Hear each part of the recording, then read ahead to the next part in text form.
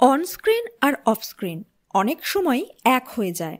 একজন ভালো অভিনেতা অথবা অভিনেত্রীর অভিনয় দেখে বোঝা যায় তিনি কি সত্যিই অভিনয় করছেন নাকি এটাই বাস্তব। অনেকে আবার না বুঝে রিয়েল লাইফ আর রিয়েল লাইফ এক করেও দেন।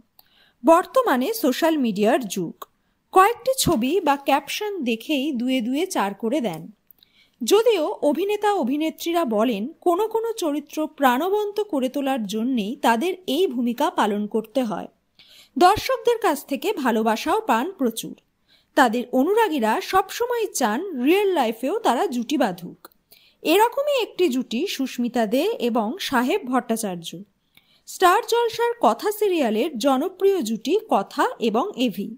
তাদের রসায়ন দর্শকদের মন জয় করেছে। তাদের অনুরাগীরা চায় বাস্তবেও তারা বিয়ে করুক। তারা মাঝে মাঝেই সামাজিক পাতায় কাপল ছবি শেয়ার করেন। বিভিন্ন অনুষ্ঠানেও একসাথে দেখা যায়।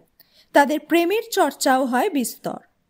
তবে গুঞ্জনে কেউই শিলমোহর দেননি। সম্প্রতি সাহেব ভট্টাচার্যর জন্মদিনে তার বিশেষ বন্ধু প্রকাশ্যে এলো।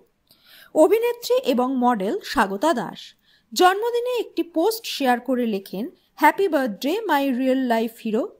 আর কোনো কাপল ফটো শেয়ার করেননি তারা। তবে ইতিমধ্যেই ছড়িয়ে পড়েছে তাদের কাপল ছবি।